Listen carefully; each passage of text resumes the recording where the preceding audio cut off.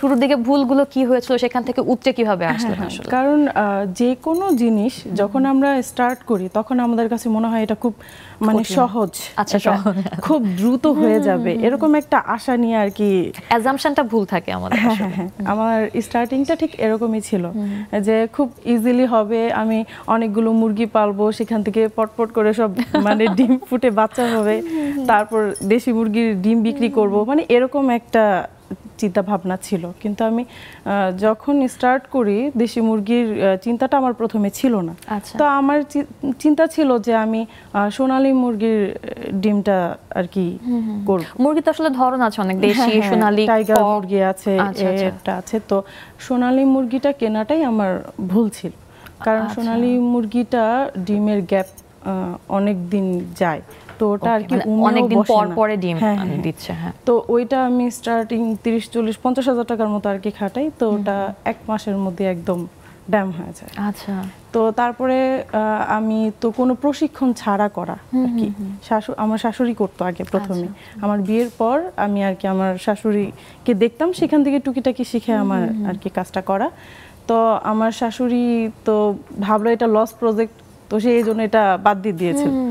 তো তারপরে আমার ইচ্ছা হয়, তো আমি স্টার্ট করি, কিন্তু আমি ভুল ডিসিশন নেওয়ার কারণে আমার সব এলোমেলো হয়ে যায়। এবং তারপর আমি দেশি মুরগি কিনলাম, তো দেশি মুরগি দিয়ে শুরু করলাম, বাচ্চা ব্রুডিং দেওয়ার চিন্তা ভাবনা করলাম মুরগি দিয়ে। ওকে। তো আমার ভুল ডিসিশনটা ছিল যে আমার মোরগের যে কালেকশনটা সেটা আমার কম ছিল মুরগির তুলনায়, এজন্য আমার ক্রমাগত বাচ্চাগুলো ফুটে মারা যেত। ওকে। একটাও টিকতো না, আমার খুবই খারাপ লাগতো। তো কস্টিং তো হয়তো অনেক ওষুধ এটা সেটা ট্রিটমেন্ট, পুরো আসলে অনেক লম্বা একটা সময় আসলে শিখতেই চলে গেছে। হ্যাঁ অনেক, আমার প্রায় 7 মাস আচ্ছা শিখতে সময় লাগছে। ধৈর্য। হ্যাঁ অনেক। তো আমি একটা সংস্থা এনজিওর সাথে আর কি অ্যাড ছিলাম, তো ওইখান থেকে একটা ট্রেনিং হয়েছিল 3 দিনের। তো ওইখানে অনেক উদ্যোক্তাদের ব্যাপার নিয়ে আর কি কথাবার্তা হয়েছিল। তো ওইখানে আর কি আমি যাই, তো ওইখানে আমি আমার প্রবলেমটা যখন ওনাদেরকে শেয়ার করি, তখন আমাকে বলল যে এটা কোনো সমস্যা না, তোমার মোরগ বাড়াইতে হবে। মানে সেখান থেকে আপনি সলিউশনটা পেয়ে তারপর আপনি আসলে আজকের অবস্থায় এসেছেন।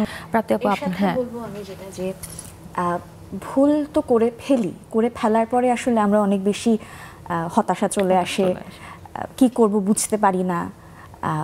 তো সেই সময় আসলে কি করব যদি বোঝার সময়টা না আসে, বা পরবর্তী স্টেপ কি হতে পারে সেটা নিয়ে যদি ভাবার মতো অবস্থা না হয়, আমার মনে হয় একটু পেছনে গিয়ে ভুলগুলো কেন করেছি বা ভুলগুলো কিভাবে হলো, হয়তো অনেক সময় অনিচ্ছাকৃত ভুলও আমরা করে ফেলি। তো ভুলগুলো কেন হলো সেগুলো একটু খুঁজে বের করলে না আমার পরবর্তী স্টেপটা কি হতে পারে আমরা সেখান থেকে বের করতে পারি, এবং সেই সাথে শেখাটাও হয়ে যাবে যে এই কাজগুলো তার মানে করা যাবে না, এটা আমার জন্য ঠিক না। আবার একটা জিনিস আমরা খুব দেখি যে ওর এটা ভুল হয়েছে, আমারও হতে পারে, এরকমটা অনেক ক্ষেত্রে নাও হতে পারে, তাই না? আপনার ক্ষেত্রে একটা জিনিস ভুল হয়েছে, কিন্তু ওটা আমার ক্ষেত্রে হয়তো ভালোও হতে পারে।